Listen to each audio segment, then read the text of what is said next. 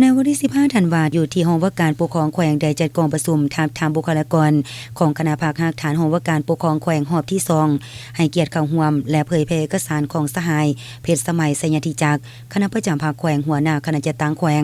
มีเลขาห้องเลขาคณะภาคหักฐานพร้อมด้วยสมาชิกภาคที่ขึ้นกับและคณะสุขโยติดตามกองประชุมเข้าร่วม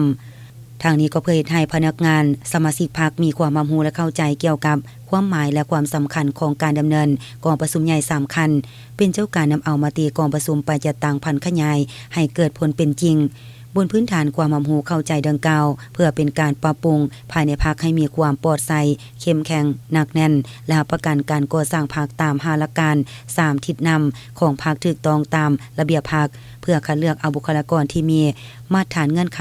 ตามที่ได้กำหนดประกอบเข้าในการจัดตั้งแต่ละขั้นในระบบการเมืองเพื่อบุกทะลุการสร้างการหันเปลี่ยนอย่างแข็งแรงและเลิกเซิงเวียกงานพนักงานของคณะกรรมการท้องถิ่นสามารถตอบสนองความมีความต้องการของหน้าที่การเมืองในระยะใหม่และเพื่อสร้างความเชื่อมั่นศรัทธาของมหาชนต่อการนำพาของคณะพรรคแต่ละขั้นก็คือพนักงานสมาชิกพรรคในใส่ยกสูงความรู้ความสามารถนำพาของคณะพรรคนับแต่ขั้นหักฐานขึ้นมาให้สมคู่กับการเร่งทวงของหน้าที่การเมืองในระยะใหม่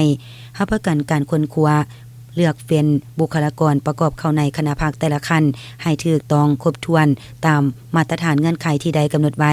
เพื่อเป็นหลักแหล่งนำพาตลอดสมัยขององค์คณะพรรค